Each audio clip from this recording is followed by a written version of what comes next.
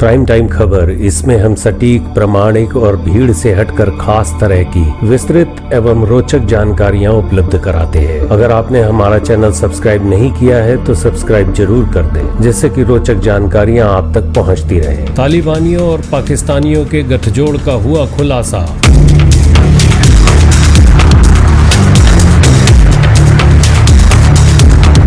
आतंकी तालिबानिये अफगानिस्तान के पश्चिमी और दक्षिणी इलाके के पश्तून क्षेत्र के इस्लामिक स्कूलों में पढ़े हुए दकियानुसी कट्टर मुस्लिम हैं। ये अपने को इस्लामिक अमीरात ऑफ अफगानिस्तान कहते हैं और देवबंदी इस्लामिक मूवमेंट तथा सैनिक संगठन के तौर पर जिहाद छेड़े हुए हैं। वर्तमान में इनका लीडर मौलवी हिबातुल्लाह है। ओसामा बिन लादेन ने जब 1980 में पाकिस्तान, सूडान और अफगानिस्तान आतंकी ग्रुपों को संगठित करना शुरू किया था, तब ये स्कूलों से पढ़कर ताजा निकले थे। इनमें नया खून था, नया जोश था। ये बहुत आसानी से पैसा, सेक्स और हूरों के आकर्षण में आ गए तथा अफगानिस्तान में जमी सोवियत सेनाओं के खिलाफ संघर्ष छेड़ दिया और 15 वर्ष के भीतर ही इन्हें बाहर खदेड़कर 1995 में 3/4 अफगानिस्तान पर अपना कब्जा कर लिया। 2001 में अगर वहां अमेरिकी सेनाएं ना घुसी होती तो इनका क्रूर इस्लामी शासन जारी रहता।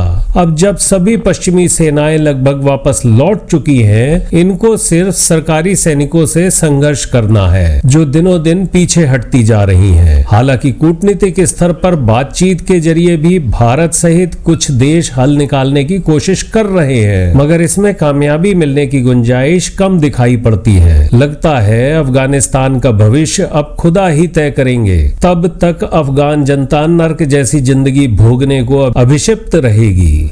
बता दें, इन तालिबानियों को पाकिस्तान का खुलेआम समर्थन है, जो उन्हें हथियार, पैसे सहित अपनी खुफिया एजेंसी ISI से ट्रेंड लड़ाके भी भेज रहा है। वहां ऐसे पाकिस्तानी लड़ाकों की संख्या 10,000 से भी ज्यादा है। ये पाकिस्तानी अशरफ गनी खान सरकार के खिलाफ युद्ध में तालिबानियों की मदद के साथ भारतीय संपत्ति को भी क्षति पहुंचा रहे हैं। एक मीडिया रिपोर्ट में तो बकायदा 25 तालिबानी लड़ाकों के नाम सहित लिस्ट जारी हुई है, जो पाकिस्तान बॉर्डर के चमन शहर के अस्पतालों में भर्ती हुए हैं। पाकिस्तान और तालिबानियों का गठजोड़ का खुलासा हो चुका है। बात एकदम शीशे की तरह साफ हो चुकी है कि अमेरिका की फौज जब अफगानिस्तान में थी तो ये कहां छुपे हुए थे, और अमेरिकी फौज जाते ही पाकिस्तानियों ने इनको इनके बिलों से निकाल दिया। आपको पता ही होगा, अफगानिस्तान में तालिबानियों की क्रूरता, खुलेआम हिंसा और अमानवीय अत्याचारों का दौर शुरू हो चुका है, जो समूची दुनिया ने 90 के दशक में देखा था।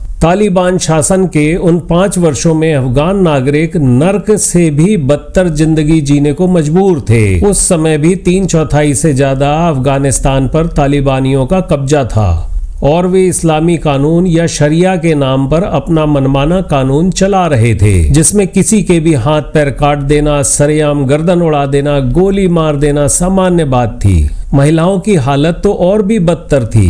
इन आतताइयों ने उन पर इतनी सख्त पाबंदियां लगा रखी थी और उल्लंघन करने पर इतनी क्रूर सजा दी जाती थी कि रूह कांप जाती। अब जैसे ही अमेरिकी सेनाएं अफगानिस्तान से वापस हुई हैं, इन आतंकी लड़ाकों ने अफगान सेना के खिलाफ भीषण युद्ध छेड़ दिया है और फिर लगभग 70% भाग पर कब्जा कर लिया।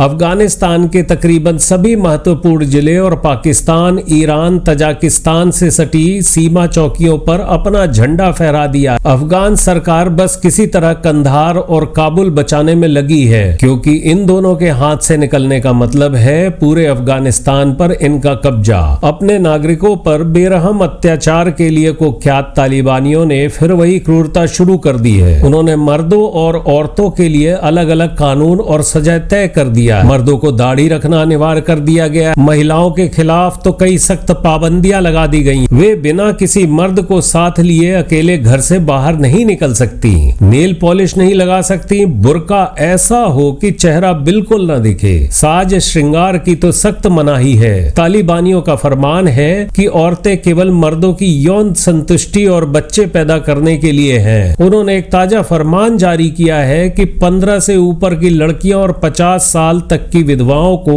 अनिवार्य रूप से तालिबानी लड़ाकों से शादी करनी पड़ेगी। मौलवी और मुल्लाओं को आदेश दे रखा है कि वे ऐसी लड़कियों और विधवाओं की लिस्ट उन्हें मुहैया करा दें। जाहिर तौर पर इसके पीछे उनका उद्देश्य औरतों को स्लेव बनाकर रखना है। शादी की बात तो महज बहाना है, ऐसा ही उन्होंने पहले भी किया था। तालिबानी कब्जे वाले शहरों गांव से हजारों की संख्याओं में महिलाओं और पुरुषों ने भागकर अफगानिस्तान के उत्तरी शहर मजार शरीफ के किनारे पथरीली जमीन पर प्लास्टिक के बने अस्थायी तंबुओं में शरण ले रखा है, जहां चारों तरफ गंदगी का अंबार है और केवल एक बाथरूम है जिसका इस्तेमाल स्त्री पुरुष दोनों करने को मजबूर हैं। ऐसे करीब 6000 परिवार अपना स्थायी आशियाना छोड़ चुके हैं। इनमें से 12 साल की एक सकीना भी है जिसने इंजीनियर बनने का सपना देखा था, मगर आधी रात में उसे और परिवार को भागना पड़ा। ऐसी और भी सकीनाएं हैं जो जान और आबरू बचाकर भागी हैं, मगर वे कब तक सुरक्षित रहेंगी कुछ कहा नहीं जा सकता।